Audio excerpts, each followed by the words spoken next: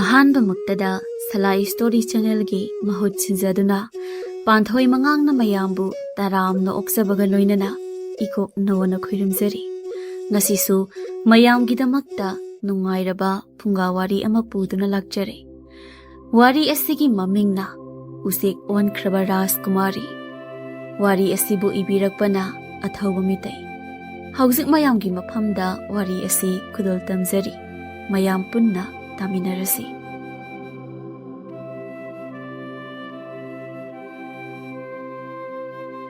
ꯅꯨꯃꯤꯗꯥꯡ ꯋꯥꯏꯔꯝ ꯈꯨꯗꯤꯡꯒꯤ ꯅꯣꯡꯉꯥꯜꯂꯝꯗꯥꯏ ꯈꯨꯗꯤꯡꯒꯤ ꯎꯀꯣꯟ ꯀꯧꯕ ꯎꯃꯪ ꯑꯃꯗꯒꯤ ꯌꯥꯝꯅ ꯅꯨꯡꯁꯤꯕ ꯎꯆꯦꯛ ꯑꯃꯅ ꯁꯨꯔ ꯌꯥꯎꯅ ꯈꯣꯡꯕ ꯈꯣꯟꯖꯦꯜ ꯑꯃ ꯎꯃꯪ ꯑꯗꯨꯗꯒꯤ ꯌꯥꯝꯅ ꯂꯥꯞꯅ ꯂꯩꯕ ꯈꯨꯜꯁꯤꯡꯗ ꯅꯥꯁꯣꯟ ꯄꯤꯛꯅ ꯅꯨꯃꯤꯠ ꯈꯨꯗꯤꯡꯒꯤ ꯇꯥꯍꯜꯂꯤ꯫ ꯅꯨꯡꯁꯤꯕ ꯈꯣꯟꯖꯦꯜ ꯑꯗꯨꯅ ꯈꯨꯡꯒꯪꯁꯤꯡ ꯑꯗꯨꯒꯤ ꯈꯨꯟꯖꯥꯁꯤꯡꯒꯤ ꯊꯃꯣꯏ ꯑꯗꯨꯛꯀꯤ ꯃꯇꯤꯛ ꯁꯨꯝꯍꯠꯂꯝꯃꯤ꯫ ꯅꯣꯡꯃ ꯅꯨꯃꯤꯗꯥꯡ ꯋꯥꯏꯔꯝ ꯌꯥꯆꯪꯕ ꯅꯨꯃꯤꯠꯅꯤ꯫ ꯁꯟꯖꯦꯟ ꯅꯍꯥ ꯑꯃ ꯁꯟꯖꯥꯕꯨꯡꯗ ꯐꯝꯂꯤ꯫ ꯁꯟ ꯃꯌꯥꯝꯗꯨ ꯌꯦꯡꯂꯒ ꯈꯣꯟꯖꯦꯜꯗꯨ ꯇꯥꯔꯗꯤ ꯌꯨꯝ ꯍꯟꯕ ꯌꯥꯔꯦ꯫ ꯅꯨꯃꯤꯗꯥꯡ ꯋꯥꯏꯔꯝ ꯂꯥꯏ ꯆꯪꯕ ꯃꯇꯝ ꯆꯞ ꯆꯥꯔꯦ ꯍꯥꯏꯔꯤꯅꯤ꯫ ꯍꯥꯏꯕꯒ ꯇꯧꯕꯒ ꯑꯔꯥꯞꯄ ꯎꯃꯪ ꯑꯗꯨꯗꯒꯤ ꯌꯥꯝꯅ ꯅꯨꯡꯁꯤꯕ ꯈꯣꯟꯖꯦꯜꯗꯨ ꯅꯥꯁꯣꯟꯅꯅ ꯇꯥꯔꯛꯂꯤ꯫ ꯄꯤꯛꯅ ꯃꯦꯡꯅ ꯅꯥꯁꯣꯟꯅ꯫ ꯅꯤꯄꯥ ꯑꯍꯜꯗꯨ ꯈꯣꯟꯖꯦꯜꯗꯨ ꯇꯥꯕꯒ ꯍꯧꯒꯠꯂꯒ ꯁꯟ ꯃꯌꯥꯝꯗꯨ ꯍꯣꯏꯔꯒ ꯈꯨꯜꯗ ꯍꯟꯈ꯭ꯔꯦ꯫ ꯁꯦꯂꯨꯡ ꯀꯧꯕ ꯅꯤꯄꯥ ꯑꯃꯒꯤ ꯈꯨꯜꯗꯅꯤ꯫ ꯁꯦꯂꯨꯡ ꯇꯧꯕ ꯉꯝꯕ ꯅꯤꯄꯥꯅꯤ꯫ ꯁꯦꯂꯨꯡ ꯍꯥꯏꯈ꯭ꯔꯗꯤ ꯃꯤ ꯂꯣꯏꯅ ꯀꯞꯂꯛ ꯅꯤꯛꯅꯩ꯫ ꯁꯦꯂꯨꯡ ꯁꯦꯟꯖꯥꯎ ꯄꯥꯏꯕ ꯅꯤꯄꯥ ꯅꯠꯇꯦ, ꯑꯗꯨꯕꯨ ꯁꯦꯂꯨꯡ ꯃꯄꯥꯡꯒꯜ ꯌꯥꯝꯅ ꯀꯜꯂꯤ, ꯃꯊꯧꯅꯥ ꯌꯥꯝꯅ ꯂꯩ꯫ ꯁꯦꯂꯨꯡꯒꯤ ꯍꯛꯆꯥꯡ ꯊꯥꯡ ꯇꯦꯟ ꯆꯪꯗꯦ ꯍꯥꯏꯅꯩ꯫ ꯃꯥꯒꯤ ꯁꯥꯊꯤꯕꯗꯨꯅ ꯃꯁꯥ ꯃꯎ ꯑꯗꯨꯛꯀꯤ ꯃꯇꯤꯛ ꯐꯅ ꯃꯁꯤꯡ ꯀꯥꯏ꯫ ꯑꯗꯨꯒ ꯁꯦꯂꯨꯡ ꯑꯁꯤ ꯃꯄꯣꯛ 3ꯂꯛ ꯄꯣꯛꯂꯕ ꯅꯤꯄꯥ ꯑꯃꯅꯤ꯫ ꯅꯣꯡꯃ ꯅꯨꯃꯤꯗꯥꯡ ꯋꯥꯏꯔꯝ ꯑꯃꯅꯤ꯫ ꯊꯪꯅꯕ ꯈꯨꯟꯒꯤ ꯁꯦꯟꯖꯥꯎ ꯄꯥꯏꯕ ꯃꯉꯛ ꯃꯅꯥ ꯁꯅꯥꯅ ꯍꯩꯅꯧ ꯄꯨꯡꯊꯣꯜ ꯌꯥꯟꯕꯒꯨꯝ ꯌꯥꯟꯊꯕ ꯑꯆꯥꯟꯕꯗꯨ ꯃꯥꯒꯤ ꯈꯣꯡꯂꯣꯏ ꯈꯔꯒ ꯂꯣꯏꯅꯅ ꯁꯦꯂꯨꯡꯒ ꯂꯦꯞꯄꯒ ꯎꯀꯣꯟ ꯀꯧꯕ ꯎꯃꯪꯗꯨꯗ ꯌꯦꯡꯂꯒ ꯑꯆꯥꯟꯕꯅ ꯀꯔꯤꯅꯣ ꯑꯃꯨꯛꯇꯗꯤ ꯈꯪꯗꯣꯛꯄꯅꯗꯤ ꯀꯥꯟꯅꯗꯧꯔꯤꯅꯤ ꯃꯁꯤꯒꯤ ꯈꯣꯟꯖꯦꯜꯁꯤ꯫ ꯈꯣꯟꯖꯦꯜ ꯑꯁꯤꯕꯨ ꯇꯥꯕꯗ ꯄꯪꯊꯗꯕ ꯀꯅꯥ ꯂꯩ? ꯍꯥ ꯏꯅꯥꯎ ꯁꯦꯂꯨꯡ꯫ ꯑꯣꯟꯊꯣꯛꯅ ꯋꯥꯡ ꯆꯥꯎꯔꯕ ꯁꯦꯂꯨꯡꯗꯨ ꯑꯆꯥꯟꯕꯗ ꯄꯤꯁꯨꯝ ꯅꯥꯃꯗꯨ ꯊꯦꯛꯀꯠꯂꯒ ꯌꯦꯡꯊꯔꯛꯏ꯫ ꯑꯆꯥꯟꯕꯗꯨ ꯑꯉꯝꯕ ꯁꯦꯂꯨꯡꯅ ꯌꯥꯝꯅ ꯆꯥꯎꯕ ꯎꯃꯪꯅꯤ꯫ ꯎꯃꯪꯁꯤ ꯀꯣꯏꯕꯗ ꯅꯨꯃꯤꯠ 18ꯅꯤ ꯍꯦꯟꯅ ꯆꯪꯒꯅꯤ꯫ ꯎꯃꯪ ꯃꯅꯨꯡ ꯑꯁꯤꯗ ꯐꯪꯗꯕ ꯑꯃꯠꯇ ꯂꯩꯇꯦ ꯍꯥꯏꯕꯤꯔꯝꯃꯤ ꯂꯥꯏꯑꯣꯏꯈ꯭ꯔꯕ ꯑꯍꯜ ꯂꯃꯟꯁꯤꯡꯅ꯫ ꯊꯥꯡ ꯄꯥꯏꯕ ꯅꯤꯄꯥ ꯑꯃꯅ ꯅꯨꯃꯤꯠ 18ꯅꯤ, ꯑꯗꯨꯗꯤ ꯂꯩꯕꯥꯛ ꯇꯪꯈꯥꯏ ꯑꯃꯒꯨꯝ ꯆꯥꯎꯔꯒꯨꯝꯕꯅꯤ꯫ ꯑꯆꯥꯟꯕꯅ ꯄꯥꯝꯂꯤꯁꯤ ꯅꯨꯡꯁꯤꯕ ꯈꯣꯟꯖꯦꯜꯁꯤ ꯅꯠꯇ꯭ꯔꯥ? ꯍꯣꯏ ꯑꯉꯝꯕ, ꯅꯠꯇ꯭ꯔꯒ ꯎꯃꯪ ꯃꯄꯥꯟꯁꯤ ꯁꯦꯝꯒꯠꯂꯒ ꯎꯆꯦꯛ ꯃꯈꯣꯜꯁꯤ ꯇꯥꯕ ꯂꯥꯛꯄꯁꯤꯡꯗꯒꯤ ꯑꯌꯦꯡꯃꯜ ꯑꯇꯥꯃꯟ ꯂꯧꯔꯒ 8 ꯁꯦꯟꯖꯥ ꯇꯥꯟꯕꯁꯨ ꯌꯥꯏꯗꯅ꯫ ꯍꯣꯏꯅꯦ, ꯌꯥꯏꯅꯦ ꯅꯪꯒꯤꯗꯣ꯫ ꯑꯗꯣ ꯅꯪꯅ ꯁꯦꯝꯒꯠꯄꯗ ꯎꯆꯦꯛꯁꯤ ꯄꯥꯏꯈ꯭ꯔꯗꯤ ꯃꯤ ꯃꯈꯣꯜ ꯇꯥꯕꯗꯒꯤ? ꯑꯗꯨꯅꯤ ꯑꯉꯝꯕ, ꯑꯗꯨꯅ ꯎꯃꯪꯁꯤꯗꯒꯤ ꯎꯆꯦꯛꯁꯤ ꯄꯥꯏꯈꯤꯗꯅꯕ ꯎꯃꯪꯁꯤ ꯈꯨꯗꯨꯝ ꯍꯥꯟꯅ ꯆꯠꯂꯒ ꯎꯆꯦꯛꯁꯤ ꯐꯥꯔꯒ ꯎꯃꯪ ꯃꯅꯨꯡꯗ ꯄꯣꯟ ꯑꯆꯧꯕ ꯑꯃ ꯁꯦꯝꯂꯒ ꯎꯆꯦꯛꯇꯨ ꯃꯅꯨꯡꯗ ꯌꯣꯛꯑꯁꯤ꯫ ꯐꯔꯦ, ꯅꯪꯒꯤ ꯎꯆꯦꯛꯇꯨ ꯑꯩ ꯐꯥꯔꯒꯦ꯫ ꯃꯗꯨꯒꯤ ꯃꯍꯨꯠꯇ ꯅꯪꯅ ꯑꯩꯉꯣꯟꯗ ꯄꯤꯗꯣꯏꯁꯤ ꯀꯔꯤꯅꯣ? ꯅꯍꯥꯛꯅ ꯀꯔꯤ ꯄꯥꯝꯒꯦ ꯍꯦꯛꯇ ꯍꯥꯏꯕꯤꯌꯨ, ꯑꯩꯅ ꯉꯝꯗꯕ ꯂꯩꯇꯦ꯫ ꯎꯃꯪꯁꯤꯗ ꯅꯪꯅ ꯁꯣꯏꯔꯦ, ꯅꯍꯥꯛꯅ ꯆꯪꯕꯗ ꯃꯊꯧ ꯇꯥꯕ ꯂꯥꯏ ꯇꯤꯟ ꯑꯣꯛꯅꯗꯅꯕ ꯂꯥꯏꯁꯣꯟ ꯇꯤꯟꯁꯣꯟ ꯐꯤꯖꯦꯠ ꯐꯤꯒꯥꯏ ꯑꯗꯨ ꯑꯗꯥ ꯑꯩꯅ ꯂꯣꯏꯅ ꯄꯤꯒꯅꯤ꯫ ꯑꯗꯨꯗꯤ ꯅꯪ ꯑꯗꯨꯝ ꯆꯪꯕꯗꯤ ꯀꯔꯤ ꯀꯥꯏꯕ? ꯄꯣꯁꯦꯝ ꯂꯥꯏꯋꯥ ꯑꯗꯨ ꯃꯄꯥꯡꯒꯜ ꯌꯥꯝꯅ ꯀꯜꯂꯤ꯫ ꯑꯩꯈꯣꯏꯒꯨꯝꯕ ꯈꯨꯠ ꯅꯤꯛꯄ ꯃꯤꯅꯒꯗꯤ ꯄꯨꯕ ꯊꯥꯡꯕ ꯉꯝꯕꯖꯥꯠ ꯅꯠꯇꯦ ꯃꯇꯤꯛ ꯃꯌꯥꯏ ꯀꯟꯕ ꯄꯣꯁꯦꯝꯗꯣ꯫ ꯁꯣꯝꯗꯤ ꯃꯁꯥ ꯃꯎ ꯌꯥꯝꯅ ꯐꯩꯗꯅ, ꯑꯗꯨꯒꯤꯁꯨ ꯃꯃꯤꯡꯒꯁꯨ ꯇꯥꯕꯗꯨꯗ ꯑꯩꯅ ꯂꯥꯛꯆꯔꯤꯅꯤ꯫ ꯂꯩꯕꯥꯛ ꯑꯃꯅ ꯆꯍꯤ 100 ꯆꯥꯕ ꯂꯣꯏꯔꯗꯕ ꯏꯔꯟ ꯂꯩ ꯑꯩꯒꯤ꯫ ꯑꯗ ꯐꯤꯅ ꯈꯨꯝꯂꯤꯕ ꯁꯣꯏꯅꯥꯏꯕ ꯈꯨꯠ ꯑꯣꯏ, ꯑꯗꯨꯒ ꯌꯣꯠꯅ ꯐꯩꯒꯜꯗꯒꯤ ꯈꯣꯡꯒꯤ ꯃꯍꯨꯠ ꯁꯤꯜꯂꯤꯕ ꯈꯣꯡꯁꯦ꯫ ꯏꯔꯟ ꯂꯩꯔꯦꯅ ꯍꯛꯆꯥꯡꯗꯤ ꯁꯤꯅꯤ꯫ ꯑꯆꯥꯟꯕꯗꯨꯗꯤ ꯑꯣꯟꯊꯣꯛꯄ ꯅꯤꯄꯥ ꯑꯃ ꯑꯣꯏꯔꯝꯂꯦ꯫ ꯃꯐꯝ ꯑꯃ ꯈꯪꯅ ꯁꯣꯏꯅꯥꯏꯕ ꯅꯤꯄꯥ ꯑꯃ ꯑꯣꯏꯔꯝꯂꯦ꯫ ꯁꯦꯂꯨꯡꯗꯨ ꯈꯨꯝꯗꯦ, ꯃꯇꯣꯝꯗ ꯎꯃꯪꯗ ꯌꯦꯡꯂꯒ ꯅꯤꯄꯥꯁꯤ ꯈꯔ ꯉꯝꯕ ꯃꯤꯗꯤ ꯑꯣꯏꯒꯗꯧꯔꯤ꯫ aduna magi matik mayai leiraba posem laiwasi sizinaduna changlake. Ukon hairiba umang asi mi changba ngamkhidraba chahi chani hele. Mi hek changkhibaga sa oli hainaba lei umang asi aduna kana amata changnade. Adubu umang manungdagi thadorliba khonjel aduna midi adum koksilli. Mi yamna changhanningi sur aduna. Nong maayu angan bani thangnaba khulndani nupi amaga nupa amagani. Umangdagi khonjel do hek tabaga yumda changlasi thasa. Karino umangdagi khonjel haide hata wangle khonjel amale madu tahange tawbani nangse. As kona taru yari chela silau. Moi ani du mari tawnaringai nongalamdaigi umangi khonjel do yam nakna tari. Adubu khonjel du nakna tabanara thajadu ahanba tabaga thajagi thamoi do angakpa phibam amada khonjel duna sumhatkraba mali. Tawanglen ai tariba khonjel asigi manakta changningi. Ayu mafam se tana pubiyo tawanglen. Lao sasi lao khutu piro tawanglen. Hey kainu changba yaroine. Umang si changkhiba mi umang manung sida sa olaga leikhi haibane. Lao yumda sasi lao. As lao ni nangbo napi da yan ganu ni nangbo. Tawanglen khonjel asigi surse yam nungsi. Ai khangba ngamdre useki makholsi. Wanglena thajado mayum lomda chinglaga pukre. Achanba hairiba nipa asi mahayamna heiba nipa amani. Achanbana selungda masida yomlibasi chekshin hapu. Masina nasada yauriba makai nang karisu tawroi. Mafam matamna nahagi saklon phawba honganba ngamgani. Umangda changbaga sa kaida ondori raisibo. Ha kaisu onba ngamloida adudi. Lai changdaba posem yauru potne. Thangnaba khulgi laikai amadani ahal ani ahum sorat halakli lambida ahal amana. Umangdagi khonglakpa usek makholda taraga changsi tawsa. Adabu aidi madugi usektu amuktadi uningida. Ahal amana. Thawai kobu usek ni taw. Thawai lakpi usek oidarini. Aduna bu chahi cha kaya simi changmangamda lerisini. Mi bu changlaba sa adum ole su hainai umangase. Ahal amana. Manak naknaga changlu yaba natte ko. Mi do umangda adum koksinkhri hairi taw. Ahal amana. Aikhoidi sidausu kuidraba ngaktani. Aduna changlaga amuktadi changingba yaba jani. Kana khangni sa olaga chahi amuk sangdokpasu ha. Ukon hairiba onthokna chawruba umang adugi manungdani. Umang manung adu chingpa turel wate aduga umang mayai duda onthokna chawruba laisang amasule. Laisang adu chahi chani hele. Uri urang singna laisang du chasile. Nong manamidang wairam amani laisang manung du nungsit leibagong. Manakta lairiba sa usek yong singdu mamit mana irang langkatna laisang manung duda yengli. Ngaihaki matung laisang manung duda nipa amagi laining bagi khonjel ama sa usek yong singdu na tari. Nipa adugi khonjel du tabada khonjel yamna nungsibu usek ama umang manung aduda lapna tamna khongli. Usek aduna khonglakpagi khonjel du tabada laining lamba nupa na hadu mamit tapna pangthoraklaga. Oh, nangi khonjel taraga aigi haksang asi kayada ingthahaliba. Kadai aigi saishudo.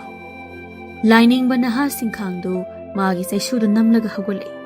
Singkhangi makhong yet lebak thaba yade asokpa leiba mali. Singkhangdu chawraba laisangi thongdu tapna hangdori. Oh, numidang tagadawridana sidi. Hare, ay asoy phawba lum koithoklurage. Singkhangdu saishudo namna namlaga chatna chatna. Kuirene ha. Chahi sani hairabra. Ainu umang manung asida leiraklibase. Uhai haira singsi khara heklaga ngaihak phamlaga charake. Singkhangdu uda panba uhai khara heklaga achauba nung amada phamlaga haidu charaga. Kadai aigi ising pato. Aduga umang asida leiriba chingjaw aduna. Oh, makharomdani ko ising pato. Singkhangdu ising pat lomda lai ising pat yaidu achauba hi macha macha kaya tauraga leiri. Ising pat adugi mathakta Lanna lanna fazaba ariba yung kaya amasu una makhong yunglaga saduna leiri. Singkhangdu isingpat mapanda lepaga. Isingpat asisu ipom naide. Yum amadi hising asisu mapop kaide, lengde. Aina nangidamag isingpat asida saduna thamkiba yum amadi hising ni mayam ase. Singkhangdu leplambadagi momon noglei. Usek singsi yasanglakpagi yumda halaklaba malik khonjel ase. Phare adudi ai somuk lai sangda hannaba tawrake. Singkhangdu halai selungsu khulai paiba naha kharaga umang mataida lepaga. Aina haigadabadi nasana nasabu kanjagadabani. Oh. Chahi kaya mangjarakpa manglan ngasidi phanglaba. Karigumba asengbagi laisang aduda leiramba taraba.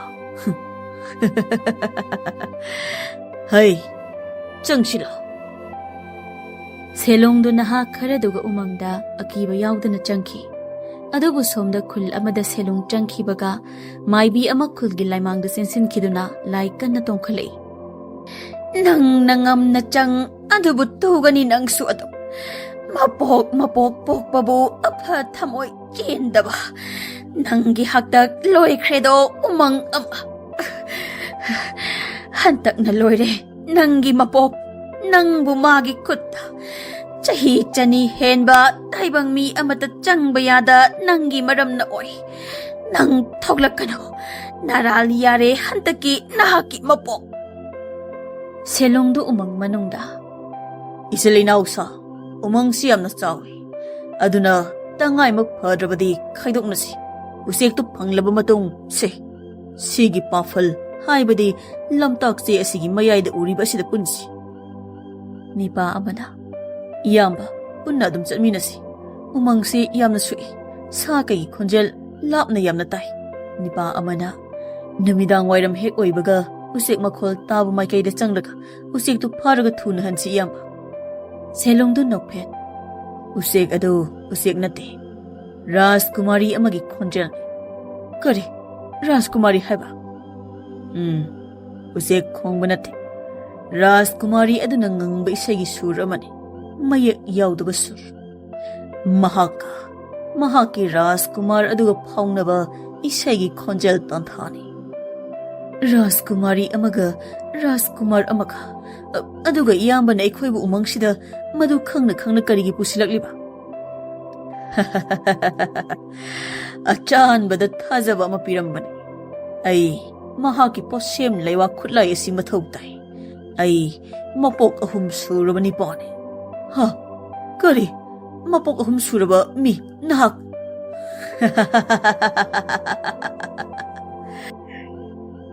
Ai na pogliba mapok asiso ahum suba mapok ni. Umang sigi mayay da laisang ama leiri. Laisang adun nipa amasu leiri. Nipa adun umang si sena adun leiri. Umang si da changlakpa mi khuding mag Rajkumari adun lawbo lakpa ni haina khal. Aduga umang si da aphaba mi amata su changde. Maram sina laisang adugi mi duna mi khuding mag sha olhanduna umang manung asida lehel. Ha sa olhan ba? Kidaba mi na inakulle. Akiba mina sijare. Nakhoy na sawali hairagasu ay na pamli poto panglaba. Nakhoy amok mi loy na olhan gani. Chay suwa dunasu. Moy mayamdo selonggi wa mayamdo da yamna harau zarami. Adubu selong na nipa singdu siba yaba kulay oina sizinaba pamli bani. Ahing nang yayni nipa singdu kibadagi tumde. Moy kun muktu may masa ama haugatlaga amaga yengnaraga phamlingai u masa tingtheknaba manba makhol khara moina tai. Nipa ama manakta thamliba thangsangdu tap langna lokhatlaga karino makhol ase. Nipa ama su phamna thangdu tapna pairaga kari oidorino makhol aside. Manakta hauriba upambi singdu throk nomba haurai. Moy mayamdu samna yungnai phuk haugatnai. Selongdu phuk launa haugalai. Kaidoba yaure. Iyamba usingsi loina hairakle. Ha u haireba. Selongdu mamangda hauriba usingduda yengbada ꯑꯣꯟꯊꯣꯛꯅ ꯋꯥꯡꯂꯕ ꯎꯁꯤꯡ ꯑꯗꯨꯒꯤ ꯃꯔꯛꯇꯒꯤ ꯃꯝꯂꯤꯕ ꯑꯗꯨꯗ ꯎꯗꯒꯤ ꯍꯦꯟꯅ ꯑꯃꯨꯛ ꯋꯥꯡꯕ, ꯃꯃꯤꯠ ꯑꯅꯤ ꯄꯥꯟꯐꯝ, ꯃꯄꯥꯗ ꯃꯌꯥ ꯉꯥꯛꯇ ꯑꯅꯤ ꯄꯥꯟꯕ, ꯑꯗꯨꯒ ꯃꯌꯥ ꯄꯥꯟꯐꯝꯗꯅ ꯃꯃꯤꯠ ꯑꯃꯈꯛ ꯄꯥꯟꯕ ꯃꯤꯖꯥꯎ ꯑꯃ ꯙꯝ ꯙꯝ ꯂꯥꯎꯅ ꯆꯪꯂꯛꯏ꯫ ꯆꯤꯡ ꯃꯥꯟꯕ ꯃꯤꯖꯥꯎꯗꯨ ꯎꯕꯗ ꯁꯦꯂꯨꯡ ꯃꯍꯥꯛ ꯐꯥꯎꯕ ꯃꯁꯝ ꯃꯅꯥ ꯌꯨꯡꯈ꯭ꯔꯦ꯫ ꯏꯁ, ꯁꯤꯗꯤ ꯀꯨꯝꯍꯩ ꯇꯥꯔꯦꯗꯅ, ꯍꯟꯗꯛꯀꯤ ꯃꯄꯣꯛꯁꯤꯗꯁꯨ ꯑꯃꯨꯛ ꯊꯦꯡꯅꯔꯦ ꯃꯁꯦ꯫ ꯃꯀꯣꯛ ꯃꯃꯩ ꯑꯣꯟꯅꯕ ꯃꯤꯖꯥꯎꯗꯨ ꯃꯣꯏ ꯇꯝꯅ ꯎꯁꯤꯡꯗꯨ ꯊꯨꯗꯦꯛꯇꯅ ꯆꯪꯂꯛꯏ꯫ ꯃꯤꯖꯥꯎꯗꯨꯅ ꯉꯪꯕ ꯈꯣꯟꯖꯦꯜꯗꯨ ꯇꯥꯕꯗ ꯌꯥꯝ ꯑꯀꯤꯕ ꯐꯥꯎꯏ ꯁꯦꯂꯨꯡꯅ꯫ ꯀꯝꯗꯧꯅꯤ ꯁꯤꯗꯤ? ꯊꯥꯡꯁꯤꯅꯗꯤ ꯌꯥꯔꯣꯏ ꯀꯩꯁꯨ꯫ ꯑꯦ, ꯃꯈꯨꯠꯁꯦ ꯑꯩꯈꯣꯏ ꯇꯝꯅ ꯂꯥꯝꯃꯛꯏꯅꯦ꯫ ꯍꯩ! ꯏꯁ, ꯑꯩꯗꯤ ꯆꯣꯡꯊꯣꯛꯑꯦ! ꯅꯣꯏꯁꯨ ꯆꯣꯡꯊꯣꯛꯍꯧꯔꯣꯏ, ꯑꯩꯁꯨ ꯃꯣꯏꯁꯤꯡꯗꯨ ꯂꯥꯛꯇꯅ ꯆꯣꯡꯊꯣꯛꯈꯤ꯫ ꯃꯤꯖꯥꯎꯗꯨꯁꯨ ꯃꯈꯨꯠꯇꯨ ꯐꯩꯅ ꯍꯥꯏꯔꯒ ꯂꯥꯝꯃꯛꯏ꯫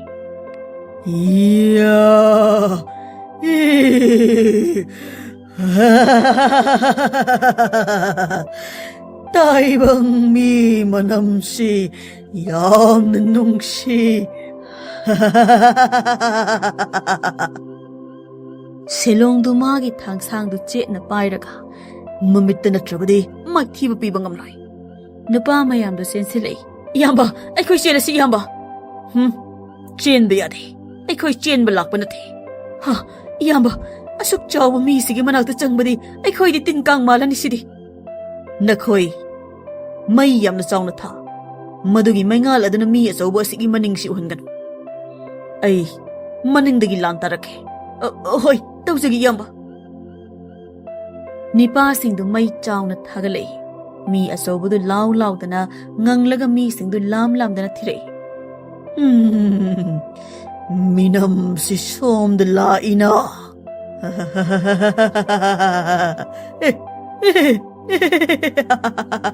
ꯁꯣꯝꯗ ꯑꯃꯨꯛ ꯆꯦꯟꯈ꯭ꯔ ꯃꯥꯜꯂꯦ꯫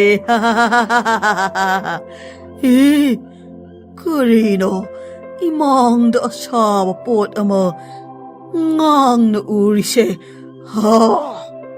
ꯅꯤꯄꯥ ꯑꯃꯅ, ꯃꯤꯖꯥꯎꯁꯦ ꯃꯩ ꯃꯁꯛ ꯈꯪꯗꯦꯅꯤ ꯏꯇꯥꯎ꯫ ꯍꯣꯏ ꯏꯇꯥꯎ, ꯃꯩ ꯈꯪꯗꯦ ꯃꯤꯖꯥꯎꯁꯤ꯫ ꯑꯗꯨꯗꯤ ꯏꯇꯥꯎ, ꯃꯤꯖꯥꯎꯁꯤꯒꯤ ꯑꯀꯣꯏꯕꯗ ꯃꯩꯅ ꯀꯣꯏꯅ ꯊꯥꯔꯁꯤ꯫ ꯀꯔꯤꯒꯨꯝꯕ ꯑꯩꯈꯣꯏꯅ ꯃꯤꯖꯥꯎꯁꯤ ꯍꯥꯠꯄ ꯉꯝꯂꯕꯗꯤ ꯏꯌꯥꯝꯕꯁꯤꯅ ꯑꯩꯈꯣꯏꯕꯨ ꯈꯔ ꯈꯧꯇꯛ ꯆꯥꯒꯅꯤ, ꯂꯨꯝꯅ ꯎꯔꯅꯤ, ꯀꯤꯒꯅꯤ꯫ ꯃꯤꯖꯥꯎꯁꯦ ꯃꯈꯨꯠꯁꯦ ꯃꯩꯔꯛꯇ ꯂꯥꯝꯁꯤꯟꯈ꯭ꯔꯦ꯫ ꯏꯇꯥꯎꯁꯥ, ꯃꯩꯁꯦ ꯆꯝꯂꯒ ꯎꯅꯥꯁꯤꯗ ꯆꯨꯔꯒ ꯀꯣꯏꯅ ꯊꯥꯕ ꯍꯧꯔꯁꯤ ꯏꯇꯥꯎꯁꯥ꯫ ꯃꯣꯏ ꯅꯤꯄꯥꯁꯤꯡꯗꯨꯅ ꯃꯤꯖꯥꯎꯗꯨꯒꯤ ꯑꯀꯣꯏꯕꯗꯨ ꯃꯩ ꯀꯣꯏꯅ ꯆꯥꯎꯅ ꯊꯥꯒꯠꯂꯛꯏ꯫ ꯃꯤꯖꯥꯎꯗꯨ ꯃꯁꯥꯗꯨ ꯂꯥꯎꯔꯒ ꯃꯩꯁꯥ ꯈꯥꯡꯂꯒ ꯍꯨꯔꯨ ꯂꯩ꯫ ꯃꯤꯖꯥꯎꯗꯨ ꯃꯩꯁꯤꯡꯗꯨꯗ ꯄꯪꯅꯦꯠꯇ ꯅꯦꯠꯂꯤ, ꯇꯨꯁꯤꯟꯕꯁꯨ ꯌꯥꯎꯔꯤ꯫ ꯁꯦꯂꯨꯡꯗꯨ ꯃꯩꯒꯤ ꯋꯥꯡꯃꯗꯒꯤ, ꯃꯁꯤꯒꯤ ꯃꯤꯖꯥꯎꯁꯤꯗꯤ ꯑꯩꯒꯤ ꯑꯍꯥꯟꯕ ꯃꯄꯣꯛꯇ ꯂꯥꯏꯅꯤꯡꯕ ꯎꯅꯕ ꯂꯥꯛꯄꯗ ꯊꯦꯡꯅꯕꯗꯨ, ꯁꯤꯗꯤ ꯊꯦꯡꯅꯕ ꯌꯥꯝꯅ ꯋꯥꯕ ꯃꯤꯖꯥꯎꯅꯤꯗ꯫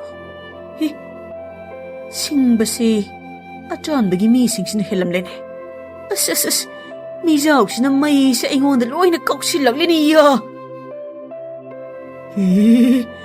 ꯁꯤꯗꯤ ꯌꯥꯝꯅ ꯁꯥꯏꯌꯦ꯫ ꯈꯣꯡꯌꯥꯁꯤ ꯌꯥꯝ ꯁꯥꯏ꯫ ꯃꯤꯖꯥꯎꯗꯨꯅ ꯂꯥꯎꯔꯒ ꯀꯥꯎꯊꯣꯔꯛꯄ ꯃꯩꯁꯤꯡꯗꯨꯅ ꯁꯦꯂꯨꯡꯗ ꯂꯣꯏꯅ ꯄꯥꯜꯂꯤ꯫ ꯁꯦꯂꯨꯡꯗꯨ ꯂꯥꯎꯔꯒ ꯊꯦꯛꯂꯒ ꯆꯦꯜꯂꯤ꯫ ꯃꯤꯖꯥꯎꯗꯨꯁꯨ ꯂꯥꯎꯔꯒ ꯆꯦꯜꯂꯤ꯫ ꯃꯤꯖꯥꯎꯗꯨꯅ ꯂꯥꯎꯕꯒꯤ ꯈꯣꯟꯖꯦꯜꯗꯨ ꯎꯃꯪ ꯃꯅꯨꯡ ꯈꯛꯇ ꯅꯠꯇꯅ ꯑꯔꯥꯞꯄ ꯃꯐꯝꯗ ꯐꯥꯎ ꯍꯧꯅ ꯇꯥꯔꯝꯃꯤ꯫ ꯎꯃꯪ ꯃꯅꯨꯡꯗ ꯁꯤꯈꯥꯡꯁꯨ ꯇꯥꯔꯝꯃꯤ꯫ ꯁꯤꯈꯥꯡꯗꯨ ꯈꯣꯡꯆꯥꯏ ꯆꯜꯂꯒ ꯃꯃꯤꯠ ꯎꯏꯁꯤꯜꯂꯒ ꯐꯝꯂꯝꯕꯗꯩ ꯃꯃꯤꯠꯇꯨ ꯁꯠ ꯂꯥꯎꯅ ꯄꯥꯡꯂꯒ, ꯀꯔꯤꯒꯤ ꯈꯣꯟꯖꯦꯜꯅꯣ ꯁꯤꯗꯤ? ꯁꯣꯝꯗ ꯃꯤꯖꯥꯎꯗꯨꯅ ꯃꯩꯁꯤꯡꯗꯨ ꯀꯥꯎꯗꯅ ꯆꯦꯟꯕꯗꯨꯗ ꯁꯦꯂꯨꯡꯅ ꯆꯦꯜꯂꯤꯕꯗꯨꯒꯤ ꯃꯇꯨꯡꯗ ꯇꯥꯟꯅꯕ ꯑꯣꯏꯔꯝꯂꯦ꯫ ꯁꯦꯂꯨꯡꯗꯨ ꯂꯥꯎꯔꯒ ꯆꯦꯜꯂꯤ꯫ ꯍꯣꯏ ꯏꯃꯥ! ꯑꯆꯥꯟꯕ ꯅꯪꯒꯤ ꯄꯣꯠꯁꯦꯝ ꯄꯣꯠꯁꯤ ꯀꯃꯥꯏꯅ ꯁꯤꯖꯤꯟꯅꯒꯦꯅꯦ? ꯃꯊꯧ ꯇꯧꯗꯦꯅꯦ ꯅꯪꯕꯣ! ꯁꯦꯂꯨꯡꯗꯨ ꯑꯆꯥꯟꯕꯅ ꯄꯤꯔꯛꯄ ꯄꯣꯠꯁꯦꯝ ꯄꯣꯠꯇꯨ ꯃꯈ꯭ꯋꯥꯡꯗꯒꯤ ꯁꯠ ꯂꯥꯎꯅ ꯂꯧꯊꯣꯛꯂꯒ ꯃꯆꯤꯟꯗꯨ ꯄꯣꯠꯇꯨꯗ, ꯕꯨꯔꯨꯕꯤ ꯀꯥꯡꯁꯣꯏ ꯁꯨꯏ! ꯇꯣꯔꯣ ꯃꯣꯔꯣ ꯀꯣꯔꯣ ꯁꯣꯔꯣ ꯐꯨꯔꯣ ꯇꯨꯔꯨ ꯃꯨꯔꯨ ꯐꯥ ꯀꯨꯏ ꯂꯨꯠ ꯐꯨꯠ ꯋꯥ ꯐꯨꯋꯥ ꯍꯨꯔꯨ. ꯁꯤꯗꯤ ꯀꯩꯝꯇ ꯄꯥꯏꯊꯣꯔꯛꯇꯦ ꯁꯤꯗꯤ.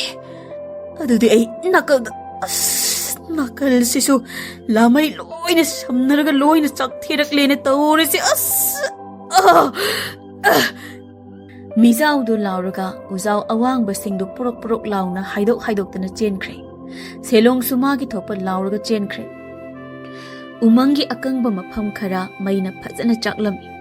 Nongalamdai phawba phajana chakli sikhangdo mai chakibagi umarak tu da lepaga. Taibang migi khungul ni dana sidi. Utmarak da tariba khunguki khungul mayamse. Adubanga sidi ayu angan bado lining haudabana namit khudingi nongalamdai khudingi taba nungshiraba Rajkumari gi khonjel do ngasi ayu angan badi taramde. Sinkhangdo atopa urak amada amuk lepaga. Umang asigi sa usik kaya ama may na chakto na siraba. Ay na chahi kaya ngak senro layri ba magtada. Ay gi sa usik buharaba. Kaday ay gi sa shudo. Sinkhangdo magi sa shudo kan na paisilaga matagda tanggat baga sa shudo soraren tam na nong tangyay. Atiya kumlamba laychil mapaydo singkhangi sa sugi nong tang na sret law na loy na haidoi. Sinkhangdo mamitum may mungang na. Ay di ay gi Rajkumari khonjel takidreda na. Taibang mi oy ba na koy na kauktukan do na. Nung siraba asiwa sa usik kaya gi may salagda akaw paray na hando na.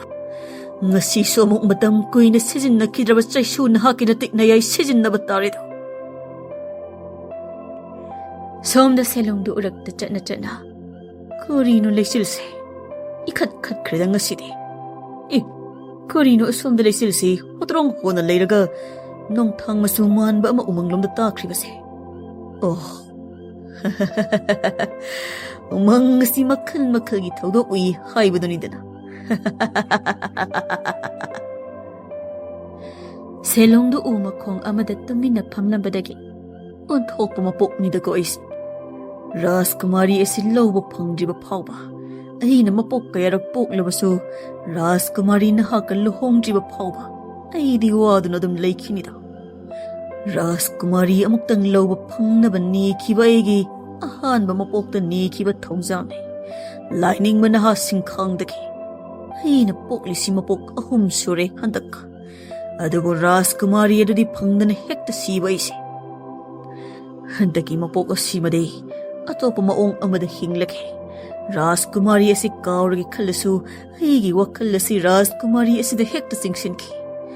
Tamba chaba mathong maram khangandaba makai pamhalle. Rajkumari oininge. Rajkumari na haku hekta aigi. Nangi wakhalda ai ngawduna chatladi. Lining ba sikhangna ai ngonda pikhiba misai waduna saf aduna. Aduga haksang suyamna ole. Asukui bacahi kayagi ahing kaya si Rajkumari na hakpo apam kaurang handa may chak na tumbayada na ngahan ba. Akibagi masak ni ay ngonda piri ba lining ba na hagit hawsalase. Taseng badi selong asi laybak amagi Rajkumar oirami mahaki ahan ba mapokta. Aduga okta ba selonggi haktakta laybak tangkhay taki. Selonggi laybak na tangkhay tabagi maram asi selonggi mapa nupi ani loni. Selong na nupi ahangi machani adugo selonggi mama atombigi macha nupi asi masak aduki matik phajabana Rajkumar selong na masal nupi pokminna dabadu pamlami. Madugi maramdagi selonggi laybak tangkhay takibani. Mama ahanna selongga layminabang ngamlaroi hairaga. Nongma selongdo lining banipa amagi manakta laklami lanmi kharaga. Umang asigi mayay da layba laysang taba lambido karomdano. Umang asina chawman badagi aisu lambi si lamhang na rin. Lanmi amana. Mazay bunga. Lambi si mayay karag asi oigadaba mali mazay bunga. Hay, mazay bunga kauro kano. Rajkumar kauro. Mazay bunga hayri basi Rajkumar hayri bani mazay bunga. Rajkumar hayri sina mirone. Thangnaba laybaki Hindustan kauba laybak asigi marone. Hey, adu warasu Rajkumar kauro. Mirol sina khara lungba phajaba mani. Aidi awaiba pot, awaiba lon, awaiba chinjak, awaiba lining chaba amadi sijindaba ningba yamna pami. Lanmi mayamdo phani Rajkumar bu. Moi mayamdu umangda changlatpada uraksingdu prok prok lawa makhol tai. Rajkumar, tariba makhol si kari oigani? Unay khainaba oigani masilamni. Lao, changsin sila. Phani Rajkumar. Moi mayamdu khongkap kharakan baga onthok na wang chawraba mizau ama. Chawraba uzau khongnang singdu prok prok nam theklaga. Mamit ani pan phamda machimbal maya ani pan sinba. Maya pan phamdana mamit panba mizau ama. Dham dham launa thoglei. Selung amadi lanmi singdu. Hi? Masidi karina. Hey, lanmi sha, yam thuna sen sila. He, Rajkumar, mizau sigi masaksidi mathanga ole Rajkumar. Hey, mathanga on balai, chila silaw ni noiba. He, mizau sidi makhusi, paktharga ikhoide lama edana. Maya, pakthau. Iya.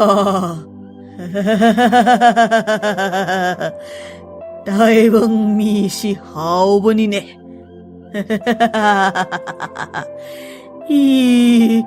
Amatta powder na shidi. Iya.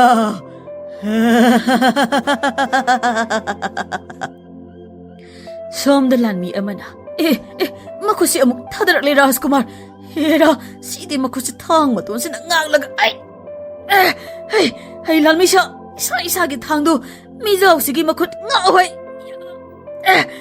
Hoi lalmi. Mizau du na makut thadarak baga lanmi sing adugi thang maton da duk launa thadai. Mizau gi makut du lanmi gi thang sing na ngai. Thang maton da jok launa chang. Iya. Ay kuchi loy na soe. Ay kuchi yam na nare. Som da selong du umakhong amadan lumaga. He, sidi lanmi na yam na lai na mathiba pikridana. Ay na hatke tawraga ukhong daga lumaga. He, mizau sidi ay tamna he. Hai, mizau si ay tamna sensilak le he. Selong du mizau du gi mamang da thektok laga lauruga cheli hause. Mizau du su selong gi matung da lauruga tanakhi. Haujik selonga lanmi singana phamli basi yam na naha oiriba lining ba amagi manaktani laisang amagi manungda. Adubu selong na hairiba Rajkumari adudi lining ba nipa naha aduga nungsinaba oiramle. Lining badu selongi wadu tabada mai hauna saurami. Sinkhang duwa lotlaga. Oh, nasan nupi su thoi haiba. Mani laipu. Atopa sagai nupi lauraga konungi sagai sembadudi isil inauni hairagasu hek pokminaba maksunate. Ima halgi masane. Launa lainaba kari sukai basunate. Aduna laipu gi mateng pami. Nangna ingondagi pamliba mateng si karino dati. Laibak tangkai tare. Aduna Rajkumari si egi nupi oina loksin ba pami. Ma loksilaga laibak si hanagi phibam da laiba pami. Aduga ai Rajkumari si yamna pami. Aina mabu sungtha thadokpa pamde. Oh. Nangna Rajkumari si pami haiba. Ado, hantak mapoksida Rajkumari si lawba phanghaudrabadi nang kamdauba. Hera, mapok tararakpo asu aina ma phangdim phawadi khongpham hongdoba nate. Hare adudi. Rajkumari do phangbo izaro. Ha, Rajkumari phangbo izaro haiba lining ba. Adudi lining ba nahaki thawjal ai phanglabra. Kadai lining ban hagi khujai di yauri ising do aingonda hairo. Hera ai hekta pairaga kokta hairage da ai. Selong du lining ba singkhangi matik mayai onthok na kankraba ising du tap launa pairaga makokta zoro hekta hijinki. Adubo nang handaki mapok simagide Rajkumari du phangloi. Ha, kari haiba. Lining ban hakna di nahaki thawjal phangle haikibadai. Nangdi migi wasu taba loidana. Aduk matik mayai kankraba isingdu nakokta hekta hijinkido. Rajkumari do atopa nipa amaga punsi waithungna haina magi mapok maida iduna laikri. Adu haige tawbusu nangde. Nangna hana hekta thujinki. Aduga nangna Rajkumari nungsiba pamjabadusu kokpa ngamloi. Nangna mapok chama poklasu. Nahag mathangi mapok pokpadana hengani. nahakna Rajkumari pamjabagi awa maichak henba. Nahak Rajkumari gi wakhalda hingba wagani yamna wagani angawba huigumgani. Nangna madu karamna kokhangani hairagadi Rajkumari do nahaki nupi oiba ngamlaba kanda. Kari hantak mapok simagidi aina Rajkumari do phangoi haiba. Adudi Rajkumari gi nupa oigadariba nipa do kanano ha lining bana. Singkhang do tapna hawgatlaga khongpham ama ani selungi manakta changlaga. Nipa do atai kanasu nate aine. Ya usit thoidaba nang aina hai. Selung na lining ba singkhangi mabukta thangna job langna thinjinki. Ya adu usit thoidaba nang de aina sibagi charak piredo. Selung na singkhang bo hatlami. Singkhang do siduna taraga lehew. Singkhangi makhongsu selung na thudeklami. Singkhang do hek sibada singkhangi thawai do satlauna thoklaga asiba haksang do da yenglaga ai siba yai. Adubo aigi thawai na karamna hingani. Madudi aigi thawai su taibang mi oibagum adumak leigani. Aduga nang na pokpa mapok khudingi aina nangonda son kiba misai wa thang kiba do kumai oina yengduna leigani. Ai siba naidaba mini. Masini selung na mapok pokpagi maram amadi wari. Somda selungi khundani khunja kaya laiphaw phawbi amaibigi mayumda maibigi mapaw tar hanuba amana. Sijage changbani sa onge changbani karige khoina wabi dawriba selungi dama mawa sulobide aina. Amaibiduna selung mapok ahumlak poklaba Rajkumar amani. Amaibina su selungi ahanba mapoki wari lirami mayamda. Amaibigi wari do tabada khunja singdu hena kinakre. Khunja napi ahal amana aidi hena sung kirak leda. Amaibina ataiwa tokraga selungdo achanba kauba amaiba ahaiba amana semba posempot ama paiki. Madugi posempot adu matik mayai aduki matik kalli. Posempot adugi matik mayai aduna selung na singkhangbu masak uba ngamgani. Aduga karigumba singkhang na pairiba matik mayai kankraba saisu adu selung na paikraba umangdo loire miram lense selung na pali adu. Nipana ha amana thawai gumba mi gumba lining ba amana paiba saisubu mina kamai na paiba yadun imamaibe. Thawai haisidi manil gumbani. Aduga thawai na pairaga sizinaba pot haiba sisu mapangdi oiraroi. Manin gumba ama oigani. Khutna sokpada paiba yadaba manil ama. Lining ba singkhang umang asidadi haksang yawba thawai amani. Aikhoigi khutna sokpa ngamba thawai ni. Mahak siba naidaba lining bani. Aduga umang asida changkiba mi khudingmak sa onduna leikhi hairiba warido. Selung na Rajkumari adu thibada. Rajkumari adu umang asida mangki. Selung na su thiba phangkhide Rajkumari do. Mayamdu maibigi warido tabada phibam amada ngaknarami maibina. Aikhoina tariba nungsiba usiki khonjelado Rajkumari gi mayek yaudaba isai amagi surni. Nupina ha amana wari se yam nungsi ima maibi. Aduga selungdo umang manungda mathai lanba oirasanu. Selungdo lining ba naha singkhang na hatpa oisanu. Selungdo umang manungda leiba ising patugi mayaida sariba yum singdugi manakta hi ama tonglaga changli. Aiga lakminaba singdudi sana loina saramani. Adu oina mapok ahumlak umangsida changlakpabu mafamsidi amuktabu thengnadene. Asuk chawna lamhang ma leiribasi thamlamlaga ising mayaiduda khuldarisibu hera umang manungda leiba minabu kayam singnegi. Selungdo yum mathakta karaga kana khangbana usekta sida paisilaklaso. Usekta Rajkumari do oirambasu. Rajkumari. Ay nang loba amuk lai. Usek onduna hinglibi Rajkumari nang. Nangbu lainingba na Uchek onhankhibani. Aigi maramgi. Adubu.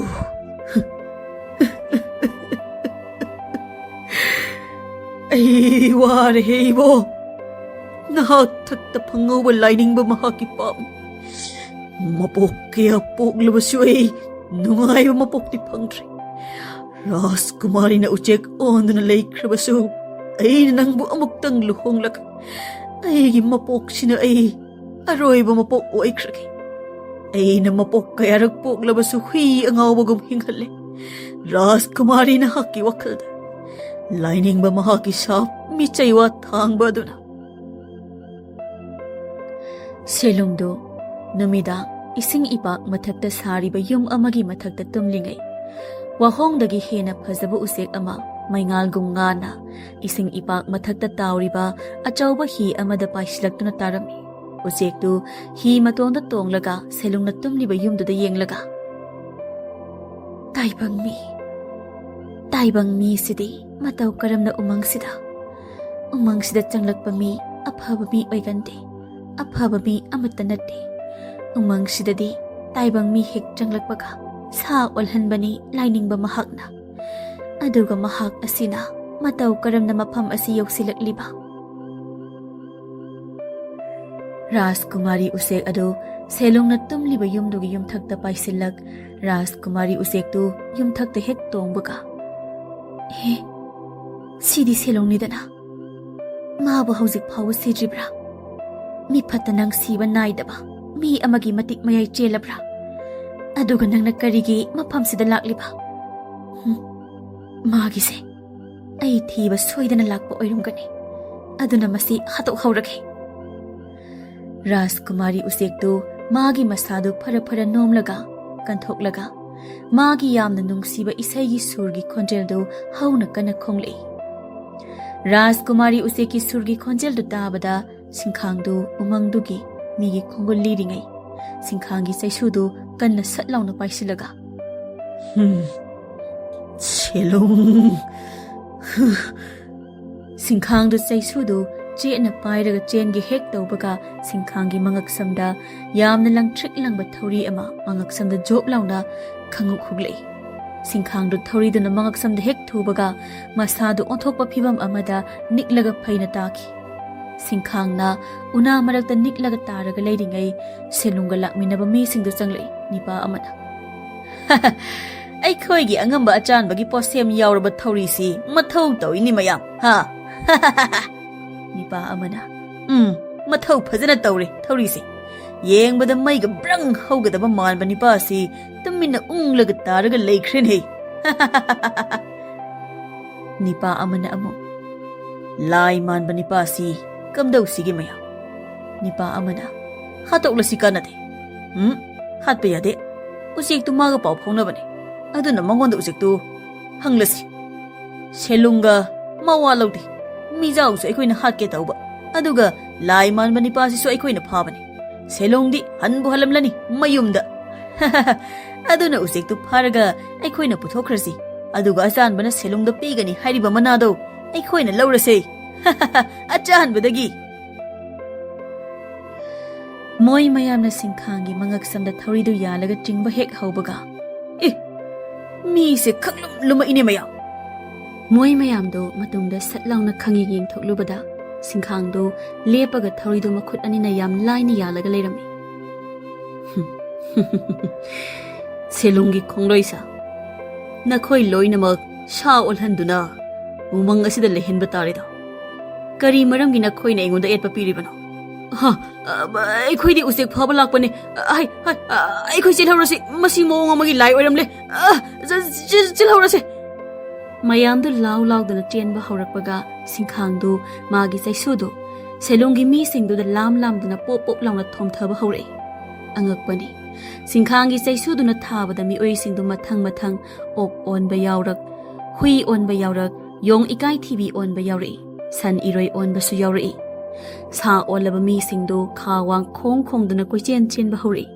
Singkhangdu magi matik mayai sathina leiba saisudu leibakta dham launa amuk thadabaga saisudagi ꯊꯛꯇꯣꯔꯛꯄ ꯃꯉꯥꯜꯗꯨꯅ ꯁꯦꯅꯨꯡꯒꯤ ꯂꯩꯐꯝ ꯇꯝꯅ ꯃꯉꯥꯜ ꯑꯃ ꯀꯥꯞꯈꯤ.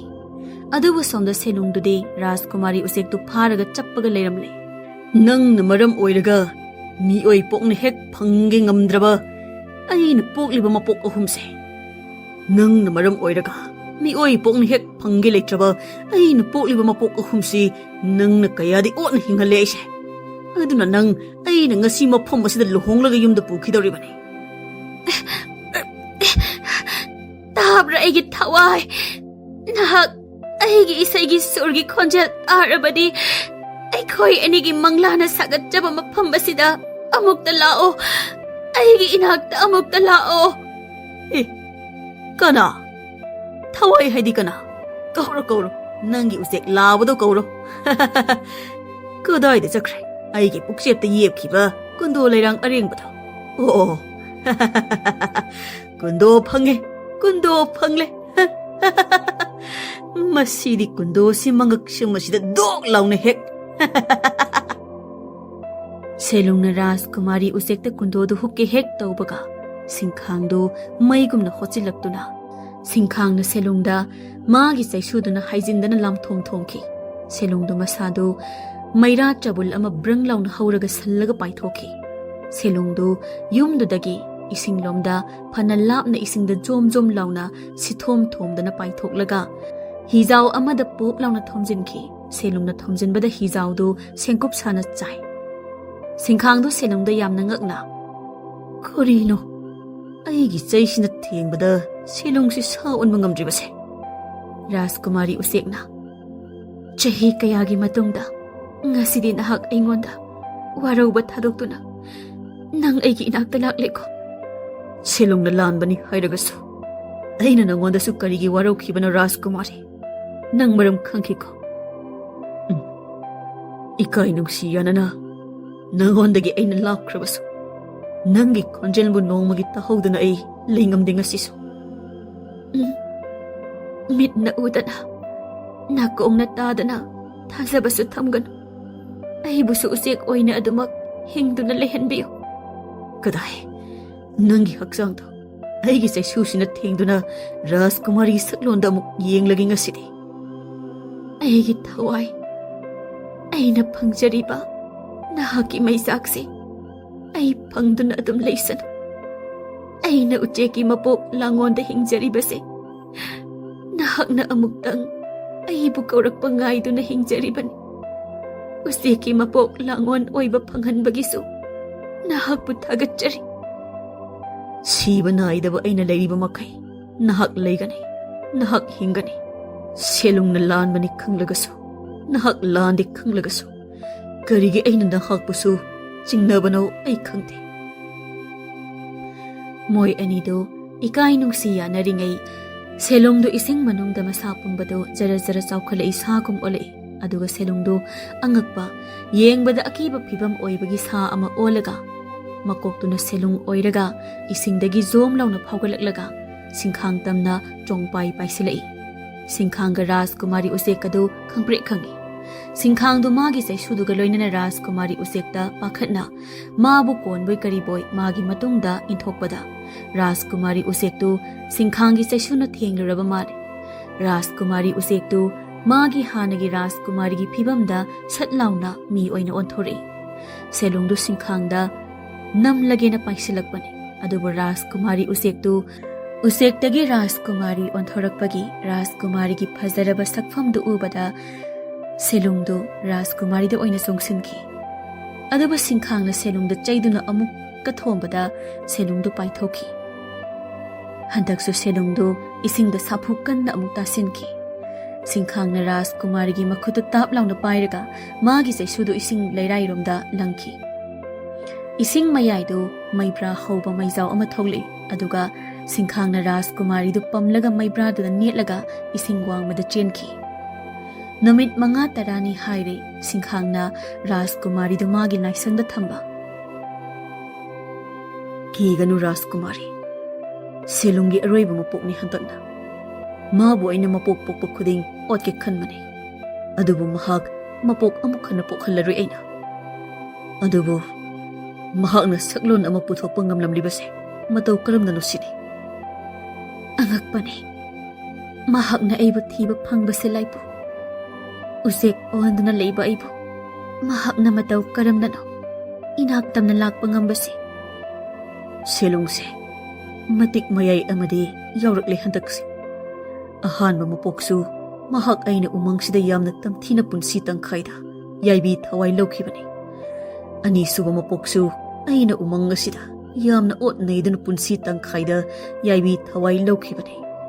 Madu mahakna khangbana handak aside mahak matik mayai ama pairaka umangasida changlakpa soidana oigani. Mahaki mapok China phangba henmanbana handak magi ahumsuba mapok asimadi yamna thengna umangsida changlakle. Mahakna thengna changlakpagi maram asi handakti tarai na changlaroi khanba ama khanbagini. Adudi laibu nahaki hausi kari phirepna. Mahak mathangi mapok pokhallarege khalli aina. Hare nahaki phirep ada mai paknaba aina thaunijage. Umangi wangmadani oxen hui yong iroi sa makhal khara senthorei aduga asanbagi khullomda sensinki. Umangdagi khara lapa labuk lamjau amada miyoi khara lausuri. Nipa ama sampot khoiba lepaga sa mayam chenibaduda yenglaga ro ro ro ro ro ro korino nei umangda sa san chenthorliba sibo. Numit phana kuire nungsiba usek adugi khonjel su ta khidaba. Nate umang asigi khal kaithirak labazana. Chayolani ahungi mamang dasu umang manungda lamay sakpagi mami taki. Umang asi mahausagi khal kaire. Sa mayamdo achanbagi manakta loina sensilai. Achanbado mi khara phamlingai thang paiba nipa khara lauraga sensilai. Sang ata sensilai. Sumangda phamlamba mi singdo Phamna mamit manadu langkatna na nupi amana. Ha! Sa haiba! Karigi sa! Kadaidagi sa! Mataw karam na sa! Asan bado matom tatapna. Jakiba lamay. Takidraba usyaki makhol. Shelong nang tabak may paklaboy re. Nipa amana. Umangda kaidoba tada. Lai fataba tanba satkiba na hama. Lai fataba du thengnaraba mane. Mana mukna ngamlaboy re.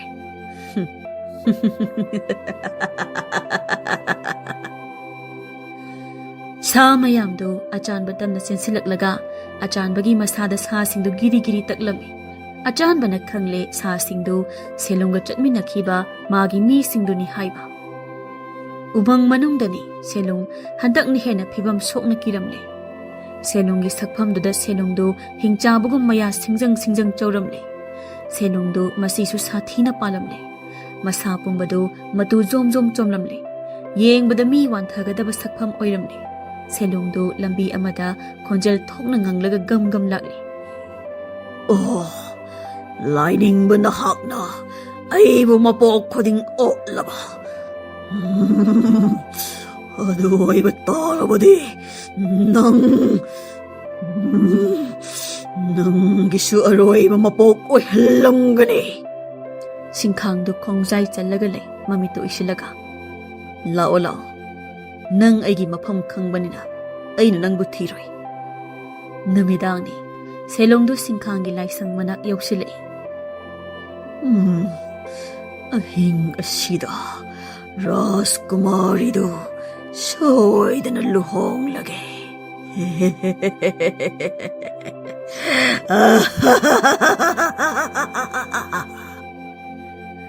Selong na nokpagi khonjel do singkhanga Rajkumari ga natarami. Selong se laisangi maningda leiramale. Nang manungda adum layo. Laisang manungda changba ngamloi ma. Hoi thawai. Singkhangdo hek thorlakpaga onthokna wang chaurba selongdo angakpa phibam amada dam launa sensilai. Aduga singkhangdo makhuto lamaga humai. Singkhangdo sat launa pakthai. Selonggi tamthiraba makhutuna panbada laisangdo da pop launa pali. Laisang matai khara zwai launa kele. Singkhangdo magi saisudu paina sentholaklaga. Oh, Masidi angakpa mawong amanidana. Aigi chayna kanbada onba soidana oigani. Mana tamthiba ma olaklibase. Maramdi mahak matik mayay kalaba posem ama pairakle. Adudi masi aigi chaysusina.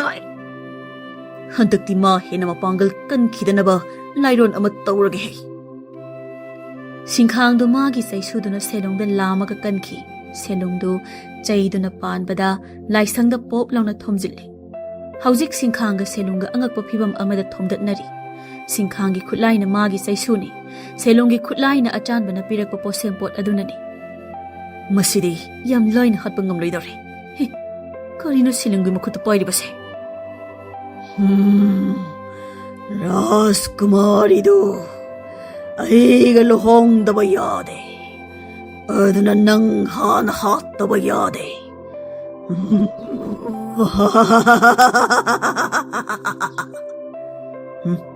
Masidi makuta kainong paise. Chaisusina kanthalaga magi matik mayay siloisilake.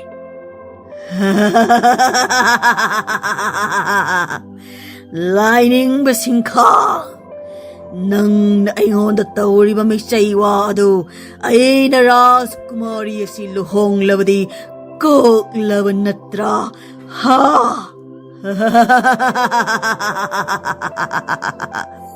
Aduna nang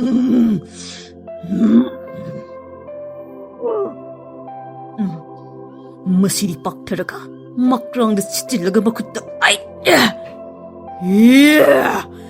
magi chaisusi aigi khutta thamakpadagi aigi hakchangsi khangson sonthaina karino aigi karangda thilaise.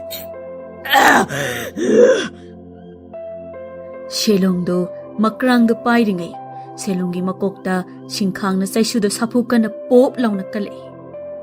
Selongdo magi makhuta pairiba achanbagi posempotu makhada satlauna thadaki. Selongdo mi satlauna hek olakpaga selongi manak tamna Rajkumari na thangsang ama makhol thongna huch launa haire. Aduga selongi mangaktu job launa kakki.